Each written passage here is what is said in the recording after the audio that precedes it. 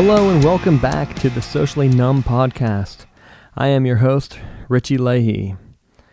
Today, for our episode, we are going to start to change some things up, start to finalize sort of format. I was away this weekend. My sister got married, so it's not really a completely full show, but I got some feedback on the format, and I'm going to start to change some things up. So basically, I'm going to talk about some different topics today and work my way through to begin to pick a format that I can work with that I think the listeners, you guys will like. And feel free to keep sending me some feedback for the podcast. Send me the feedback and I will make adjustments. We can tweak some things. I think the new format, I was going with a lot of different topics and trying to work my way through a variety show. But instead, I think I'm going to start to combine some of those groups. That way, if I have guests, it will be a little bit easier to navigate the show and the direction that I want to move in with the show, and working on just getting different conflicting topics, trying to bring things in. What my goal is here is to bring topics to the forefront that might not be covered by other outlets. A little different look at things. The name Socially Numb. I'm tired of the social media. Certain things keep getting promoted.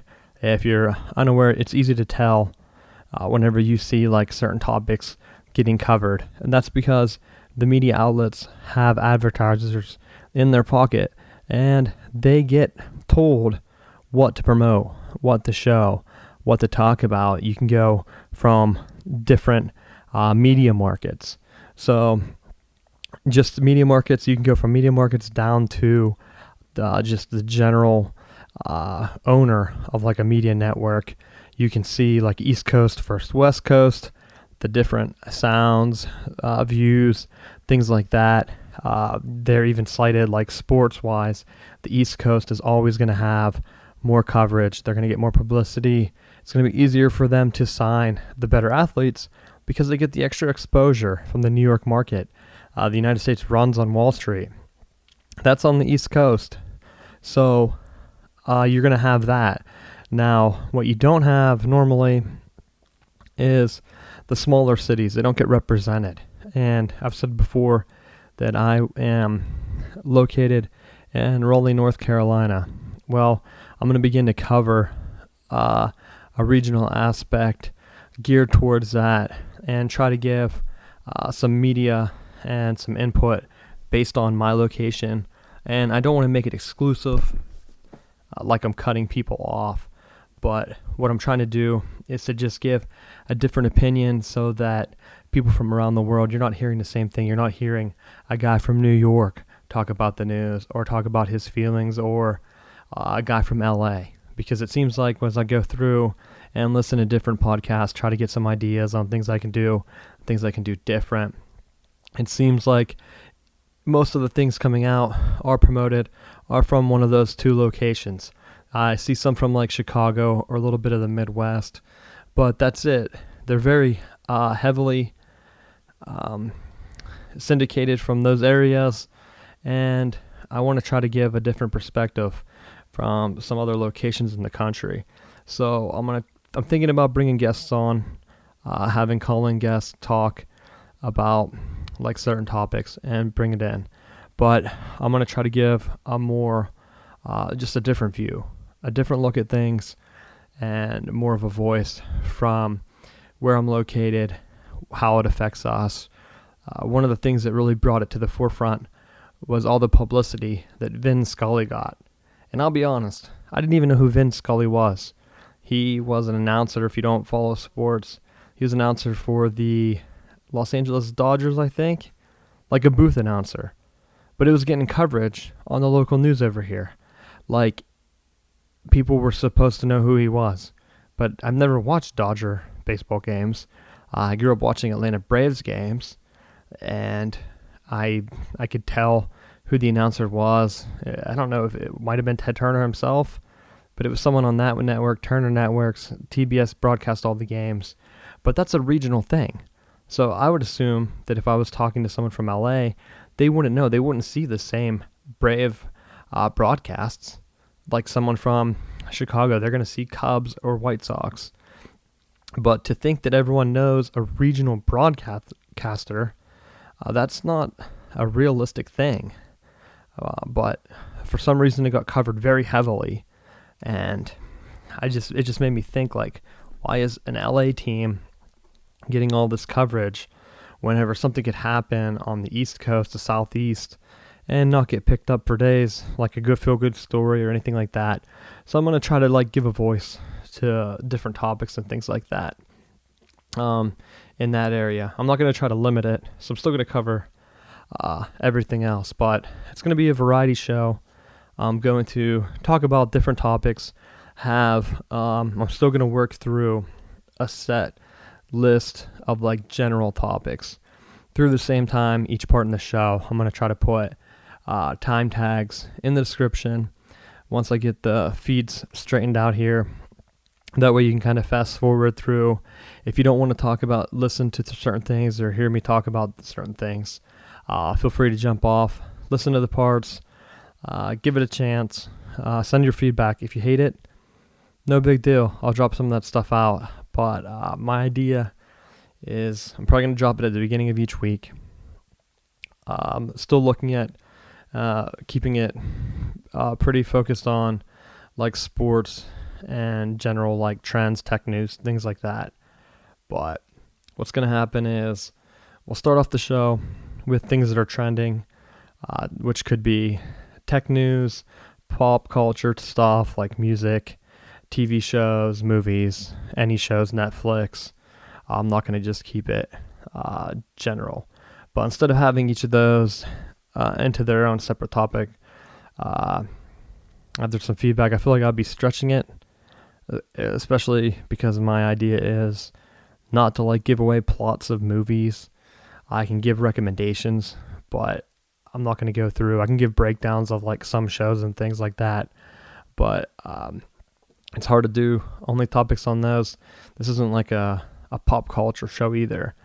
Some of the music I listen to, well, actually most of the music I listen to like heavy metal and things that most listeners aren't going to relate with. I don't really keep up with like pop music, and some people play like certain things like, oh, you know this song. I most likely don't know it because I don't listen to the radio. I have an old school iPod that I have a playlist on that I made like 2 years ago of all my music from when I grew up and like all my parents' CDs and things like that. We just put it all in one location, and I made my own playlist on my favorite songs, and that's usually what I listen to. I don't need to seek out new music. Sometimes I do. I use Spotify, but again, I make a playlist. I have a shared playlist with some friends. We throw some heavy metal down, and that's what I listen to. So if Spotify is not recommending it, and my friends aren't throwing it on there, I'm not going to know what it is. I've heard some names, like I know what Taylor Swift looks like from like commercials and things like that, but I won't know any of her music. So it's not going to be like too keen on pop culture, things like that.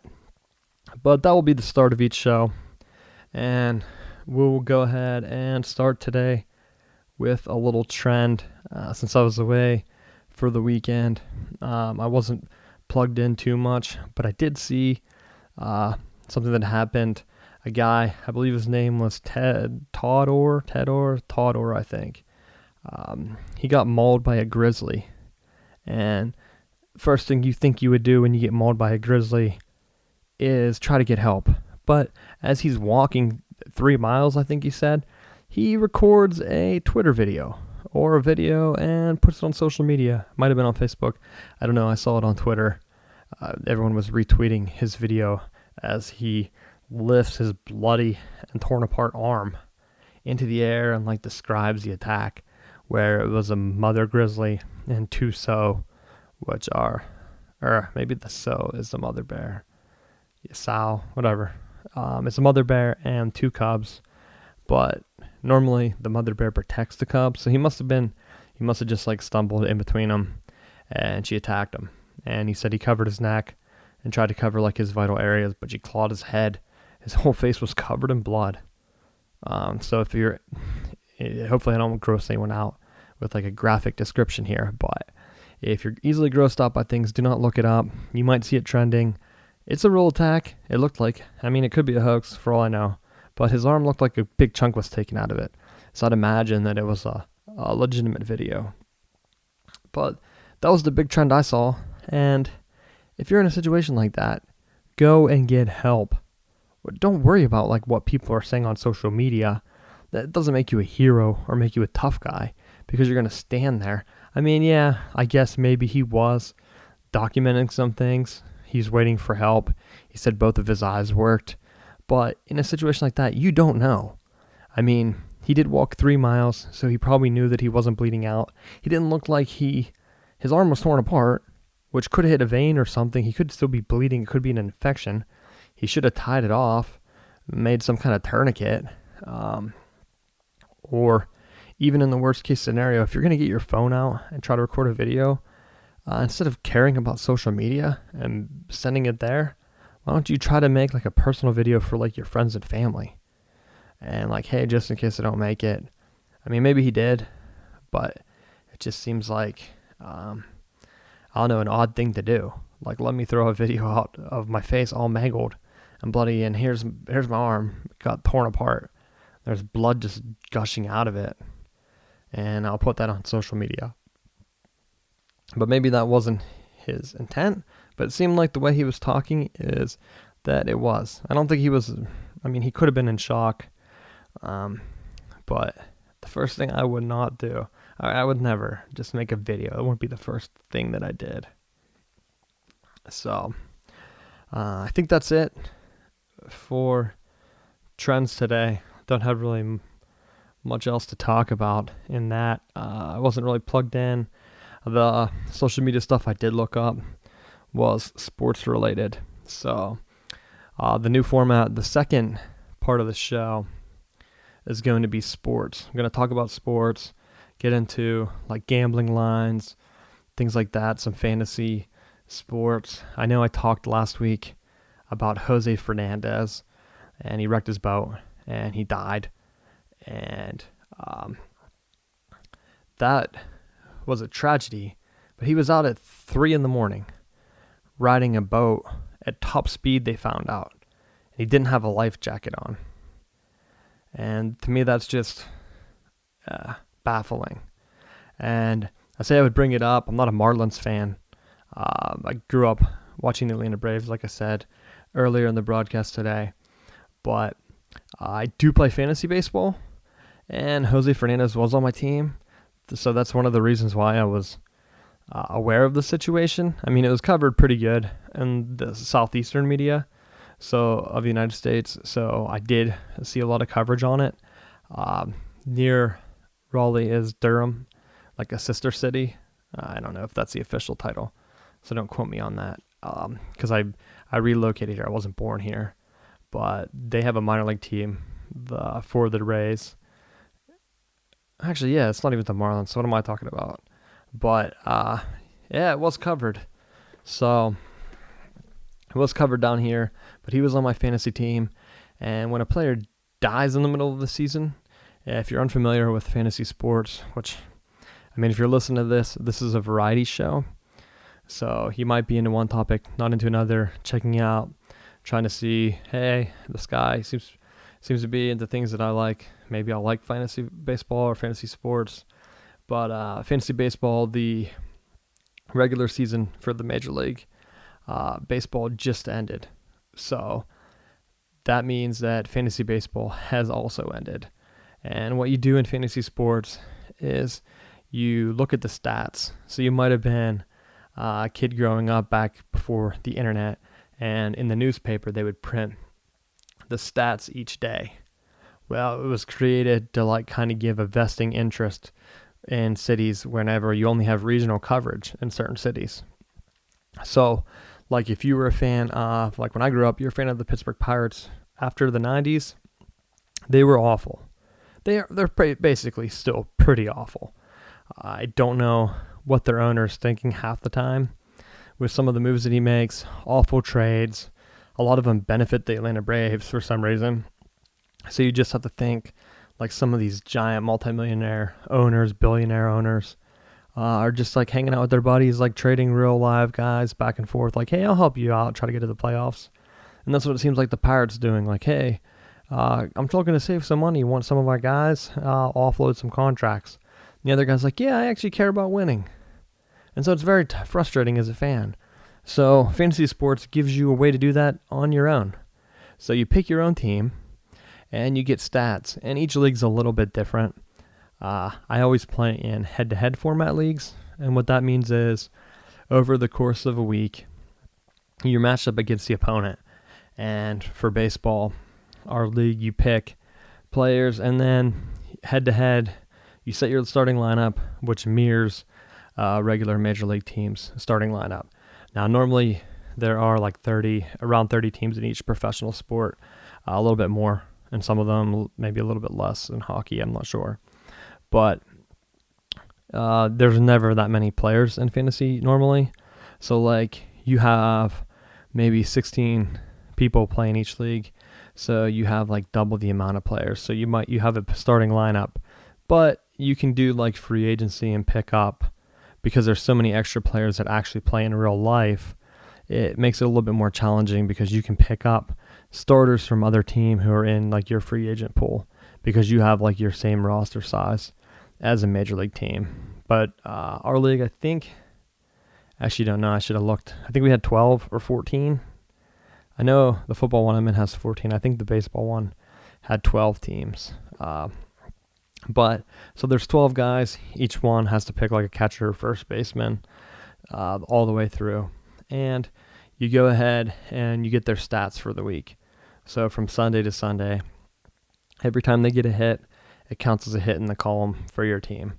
And so it matches up whatever the league sets. And that's up to the commissioner or the league members usually vote and say like, hey, here's what I picked. What do you think? There's a standard scoring format and things like that. But it doesn't pair. Some of them, like if they're not head to head, like if you're not playing against someone for the whole week, then it's stats over time. So like you're playing the whole season. So if you draft really well, you could have the championship locked up. But the reason I like head to head is there's like a playoff format. So throughout the regular season, each week it counts up. So like if you have more runs than the other guy, you get a point. And if he has more hits than you, then he gets a point. And vice versa, back and forth. So there's like 25, I think, categories in baseball. Wins for pitchers, losses for pitchers, saves, hits, earned runs, things like that. So there's like 25 total categories. So at the end of each week, they tally it up to see who did better. So it's like real life stats. So earned run, whoever had the lower earned run average for all their pitchers, they get the points. So like you can't not start a pitcher because there's a minimum innings pitched, which benefited me one time this year. So if your opponent, like say a pitcher gets hurt or they don't set a lineup for the week, because once your lineup is set on Sunday, that's it. You can't change it. So if someone gets hurt, like Jose Fernandez dies in a boat accident, that's it for the lineup. You don't get any stats for him because he's not really playing. So there's a good bit of luck. And so, I mean, if you're not into sports and you're trying to get into it, don't let people tell you like, oh, I'm really good at certain sports or I'm good at fantasy. Like there's a good bit of luck. So you kind of have to anticipate like, all right, which guy never gets hurt and things like that, because you don't want to draft someone who's always hurt because then they won't play. And if you're starting them in your lineup and he decides to take a couple of days off, then that hurts your bottom line for your team. So that's how the Jose Fernandez thing hurt me. It didn't end up because it was like a weird over the weekend thing and the league restarts on Sunday. It didn't really hurt me in the long run. He just missed one start, but I ended up winning anyway. And just to come back to that, it's just weird whenever you're playing fantasy and there's like real life. Like you got to remember, you're just picking guys with a couple of friends to kind of have something to talk about. But on the other end of things, these are real players. Like they actually have lives. So one of the guys on my fantasy team, I forget his name. I think it was like Solarte or something. I don't even know half the people that play in Major League Baseball. But his wife died of cancer. So, like, that's another thing. Like, real life occurrences can affect, like, fantasy sports. And so, like, when I turn on ESPN, which I don't even watch ESPN that much anymore. But when you turn on a show like that, and there's a guy talking about how he's a fantasy guru, there is no such thing as a fantasy guru. But I just went off on like a long rant on fantasy baseball, which was unexpected. But I'll come back to the topics. Like, I'm not going to only talk about like fantasy or different things on this segment, but I'm going to try to talk about like, I'm not only going to talk about fantasy sports, even though I just went off on a rant about it. It wasn't a real rant, but I have a couple different topics. I'm going to probably launch at the beginning of the week just because of the sports aspect. So for football season, I'm probably going to do like Monday, maybe early Monday. I'm going to try to launch, talk about the Sunday games, maybe not so much the Sunday night game, and try to do like a pick'em for the Monday night game. And I'll see how that goes. But it just depends on what different topics. If you're a listener, write back. What do you like to hear about? If you're into certain sports, some things like, I know some teams aren't really covered, and that's why I'm trying to that's where I got the idea of trying to talk about teams and things that aren't really covered in the media to kind of give them a voice. Because normally, if you're a fan of like a team that's not in New York or LA, then you don't get the coverage, you don't get the exposure. And I think that's why a lot of those teams actually have more fans outside of their little regional areas. And that's due to the coverage that they get in the media. If you hear about them all the time, that's going to be a team that you listen to. But just talking through different sports, what I try to do is like make a list of teams. There's no way I'm going to be able to keep up with like every single team and like give an in-depth analysis each week. If I'm only doing, probably the show's going to still say, I don't know, I'm not sure on the length of the show I'm going to do each week. That's something that I'm still trying to figure out as I talk about different topics. But I guess it all depends on like the news stories and how long we get and if I get any guests. But I'm going to start to cover like more like regional teams and different things that kind of give a voice. I just don't like whenever, so I'm looking at the college football polls. College football had a pretty good weekend, of slate of games over the weekend, and you had a couple of top 10 matchups and things like that. So the AP and the coaches poll come out, and they are pretty much similar. Top four are the same: Alabama, Ohio State, Clemson, and Michigan. Top four teams. Then they have Washington and Houston. They're flipped on each other poll, and then Louisville and A&M, which are flipped, and then Tennessee and Miami. So the top 10 teams are the exact same teams on the AP poll and the coaches poll. Just a little bit different order where I said they were flipped. Now, since I'm on ESPN, if I click on their site, they have a thing called Power Rankings. And so when you click on this is what their writers think. So like it's a bunch of people, but what you don't know is that they vote and they cover certain conferences. So theirs are way out of whack with the rest. So they have Alabama number 1, Ohio State number 2, and Clemson number 3. That's it. That matches the AP and the coaches pool. But those are the undefeated teams. So they have the same right and to have the same poll. There's no disputing those top 3 teams. Now you could have them in any order depending on who you think had the tougher schedule. But after that, they have Houston. They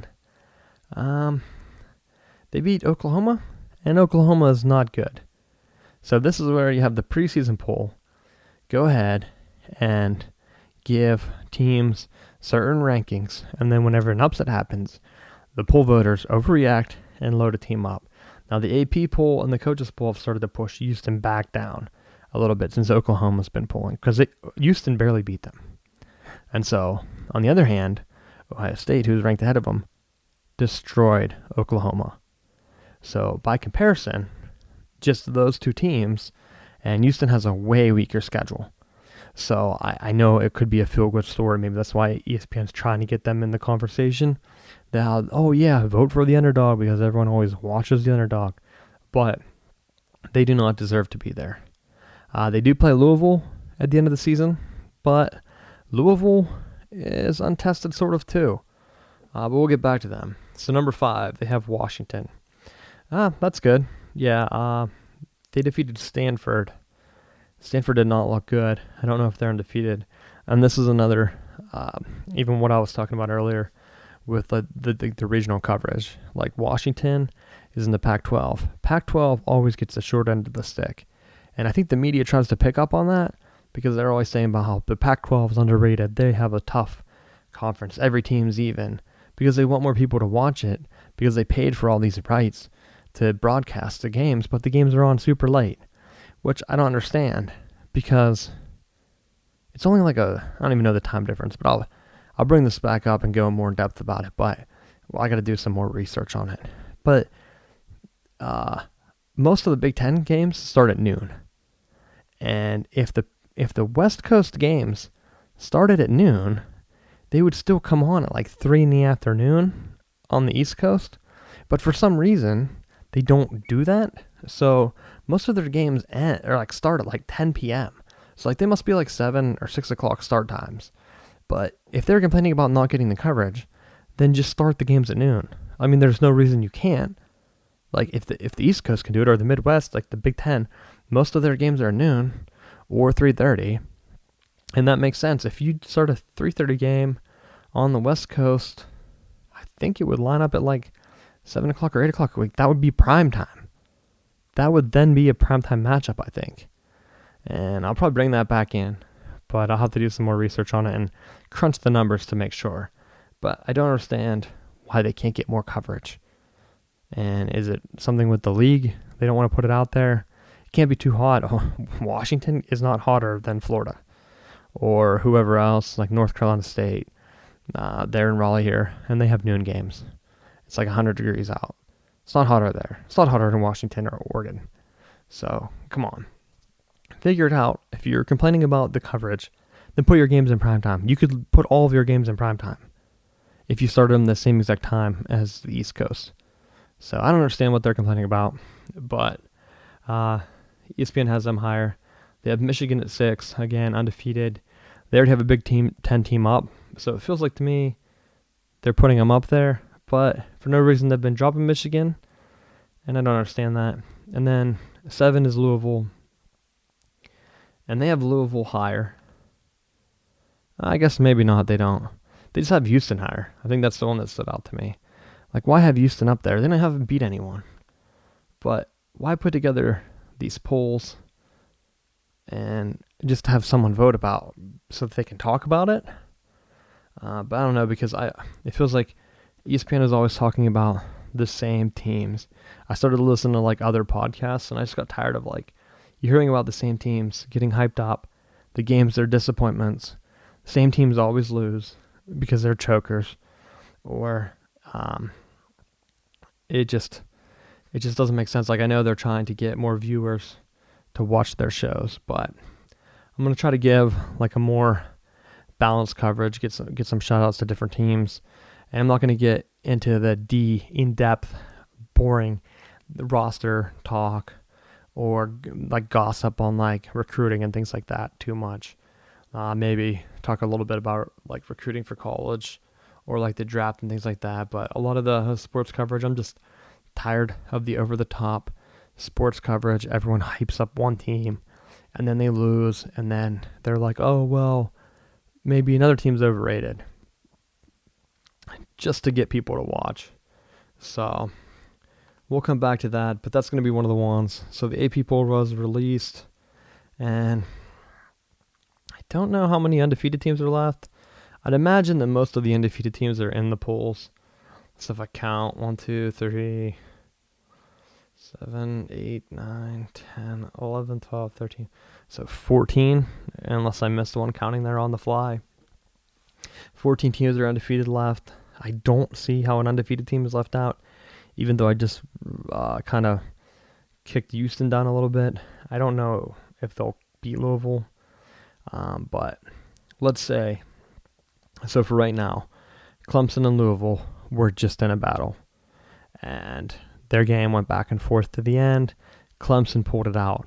Now ESPN has their writers and everyone on the train where, hey, this ACC conference, the same ACC conference that had an abysmal record in the BCS, they are not a good conference. They have one team, Florida State, right now, that has been competitive, won a national championship a few years ago.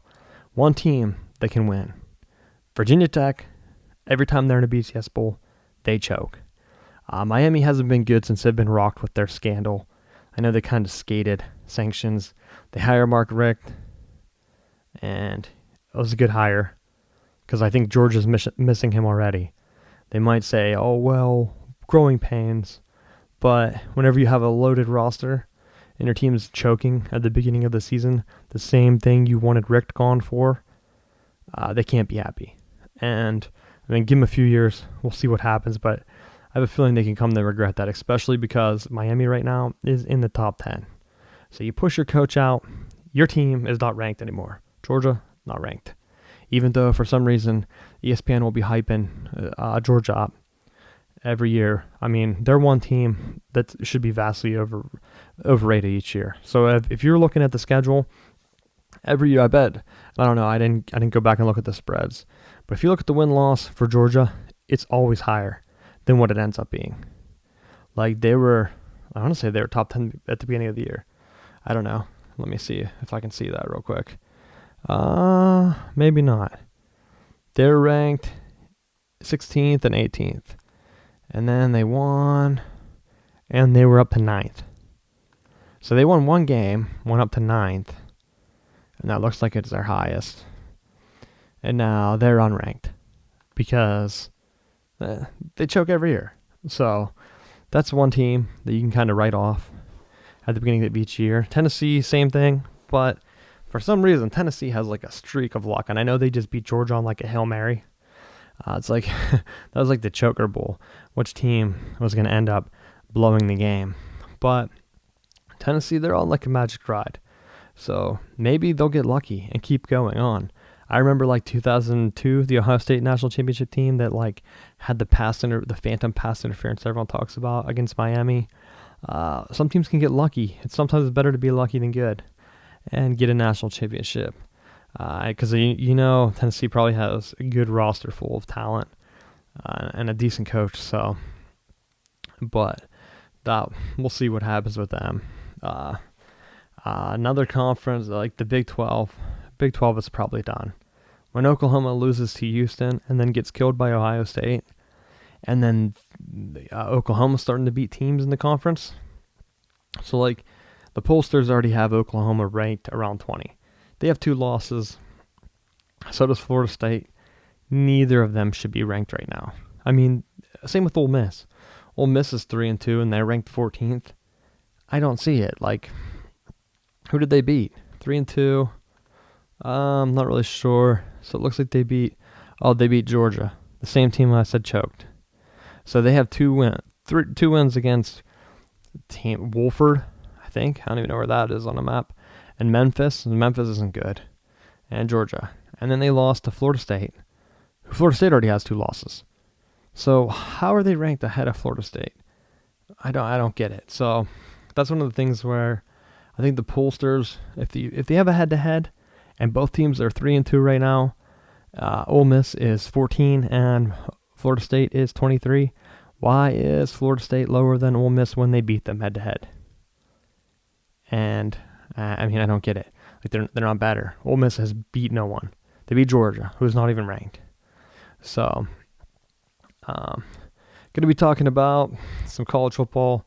I'll try to do the podcast after the AP poll comes out or the coaches poll on Sundays, and then talk a little bit about the NFL.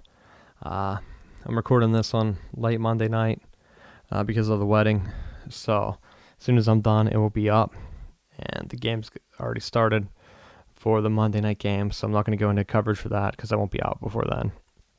But I'm going to try to get into a more consistent groove and try to do some pick'ems, looking at different games. So let's look at the schedule for this week. Or it could be week 6. Let's see. It is week 6. So week 6 of the college football season. And here we go. Wednesday, there's a Wednesday night matchup. Georgia Southern and Arkansas State. Don't care. The tickets are going for $20. And that's on ESPN2. Thursday night. Looks like no good games on Thursday night. Temple, Memphis. Not going to pick that. Friday, Clemson, Boston College. I'll pick that one. Clemson will probably win. Boston College never wins against anyone. I mean, I'd be surprised. They might keep it close. They used to. But their defensive coordinator went to Michigan, so I doubt they're any good this year. And that's it. So let's look at the ranked matchups this week. We have Virginia Tech at North Carolina. I'm not sure how to feel about either of those teams. North Carolina has been like winning at the end of games. Like you think they lost the game, Pitt, and then Florida State, and then they come back and win it.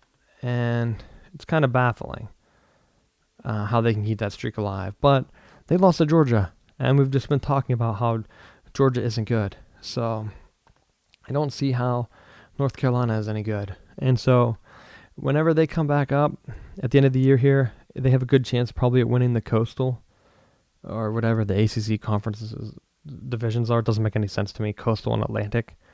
Like, either do North and South, and this hurts the ACC, and I'll get into this later on. But just to give like a breakdown of the conference, I'm not going to be coattailing any conferences, or trying not to, because every conference has their flaws and certain teams. But I'm sure my bias will come out sometime soon. But for right now, they play Virginia Tech. Virginia Tech and North Carolina are both undefeated in the ACC and have one loss apiece. So this could come down to the wire. I don't think North Carolina could keep the streak rolling. Now, they are at home. I don't know what the line is on this one. But these are the type of games I'm going to look at each week, try to break down, and we'll be going in. It depends on how long I decide the podcast is going to be. Right now, we're like at 30-something minutes. So for me to break some of these down, I don't know if I'll get to every game each week because I don't want it to be primarily focused on sports. There's some other ones. Top 10 between Tennessee and Texas A&M. And who will win between that one? That's probably the best game of the weekend, honestly. They've been talking about Alabama at Arkansas. Is Arkansas still undefeated? They might have a loss. I think they lost to A&M. Yeah, they did lose to A&M. So that might actually be a game because Alabama always loses to one team. And it's been Ole Miss in the past. They almost lost to them, but they beat them. I just don't think they go undefeated. They seem to have one loss, and then after that, they start steamrolling people. So wonder who that will be. So there's one other game, the Florida State-Miami. Florida State's been doing so bad that Miami should roll here. But I just don't know. Mark Richt is a good coach. And I hope his name's Mark Richt. I know his last name's Richt. But we'll go back. Look, who did they beat? Who does Miami beat? Because if they don't beat anyone, yeah. So they played Florida something that I don't know what that stands for. It's like a snake logo. Florida Atlantic and App State. And then Georgia Tech. And Georgia Tech they beat by 2 touchdowns. So haven't played anyone ranked. They might have an easy schedule. Now, so it looks like this is their tough stretch. So they have Florida State, North Carolina, and Virginia Tech. If they can navigate that, Notre Dame's look so bad. They'll probably beat them, even though it's an away game. And Pitt seems to always choke lately. And Virginia, North Carolina State, and Duke. It just seems like they could run the gauntlet here. They top 10 they should be. They should be favored the rest of the way. And they should win the Coastal, but I don't know too much about their roster depth because they didn't really get any scholarship reductions with the sanctions. I think it's just been like poor coaching, poor recruiting, and that goes in through there. But that's it for the look. We're running a little bit long through like the new format. I'll also start to talk about like NFL. Hockey started and being in Raleigh, the Hurricanes. I think they won the first game in a shootout maybe. I don't know. I don't really watch the preseason games, so I'm not going to get into too many breakdowns on that. But we'll cover them. We'll cover some NHL stuff. NBA should be starting soon if it hasn't already. Same thing. It usually starts around like the NHL schedule. And then the baseball playoffs, talking about that. The Braves aren't in it, so we'll go back once this weekend has like the start of the wild card, I believe. That first playing game. We'll probably talk about that, but I don't know. I wasn't a fan of that to begin with. I might be coming around on it. I could see. I wish it wasn't so rushed. Like, hey, if you're gonna do a one game plan, it shouldn't be just two teams. It should be. I mean, I get it right now. You have 3 divisions. You want the wild card to kind of be off their game and have like a pitcher, but I mean, I like the single elimination. I wish they did something like that with like the NBA for draft picks, but I'll come back to that and we'll see. But that's pretty much it. I talked pretty long on sports today. Went on to think about fantasy, so we'll end it here. Looking at least we have some good college football games coming up, and the NFL. This Minnesota team looks pretty good. They're taking a lead here on the Giants. And I don't know, Sam Bradford, though, watching the game here while I'm podcasting, I don't know if he's the real deal. He was pretty good in college. He was at Oklahoma. And so it might just be coaching. This was more of a style that he was used to. I don't think he took over games at Oklahoma. I mean, he had the throws, but Oklahoma is usually just like a running team, like power running. They did like the spread option type thing with Bob Stoops. So this might be a run first type offense with him, just doing like the short dump passes here. He's not trying to break the game open for him. They're just doing what he's comfortable with. And so the Vikings might be a solid team here going forward. But it will be interesting to see what happens. And that's it for sports for this week. And the third segment is I'm still going to focus on gaming, but probably not going to talk on it too much. I wasn't home this weekend.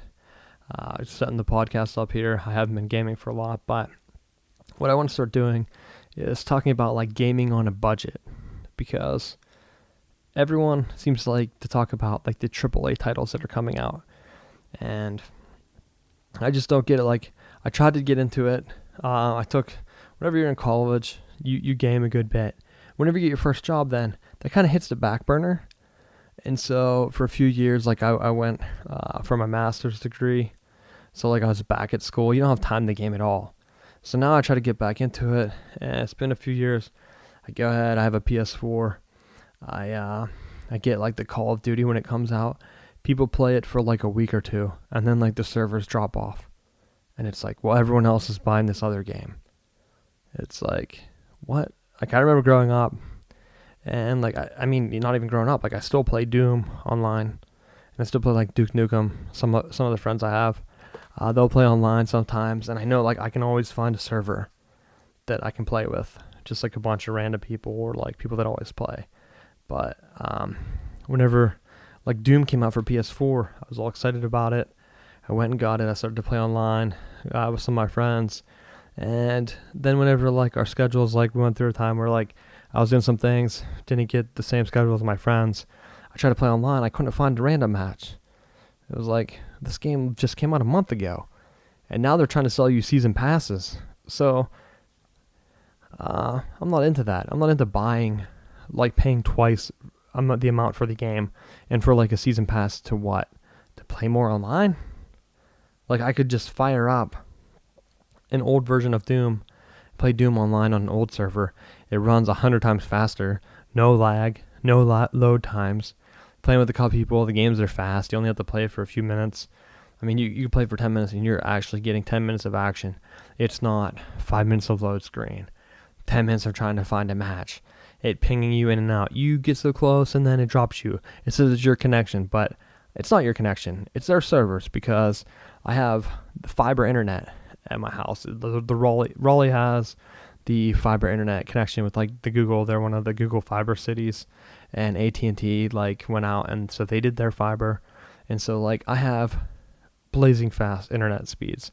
So when the game tells me that my internet speed has dropped off, they're lying. It's a server. And I get the same thing with like streaming sports, where the game might not be the high res and they say check your connection, but you know it's not your connection because you already ran the speed tests. You try to ping their server, it's only their servers. So until those get increased and there's more capabilities, or like fiber is brought to like wherever they're hosting these, and I mean maybe they try to keep it lower to keep it fair for other people who live in rural areas, I guess.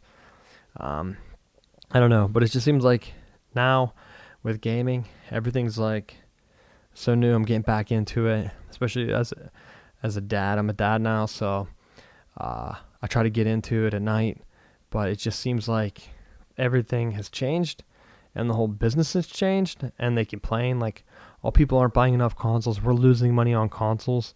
The companies don't have to lose money on consoles. They did it themselves, trying to phase out Nintendo, and they can lie about it, and all the fanboys can go ahead and start talking about it. But realistically, that's what they were doing. Nintendo had been taking their time up to that point, building solid, reliable consoles that lasted forever. I remember like my first PlayStation 2 like busted immediately, and I still had like a Nintendo 64 that worked fine. So like the disc reader quit working, so like then you had to send it to Sony, and they send you a new one, and they're like, oh, well, blah, blah, blah, you can't be using it too much. Like, what do you mean you can't be using it too much?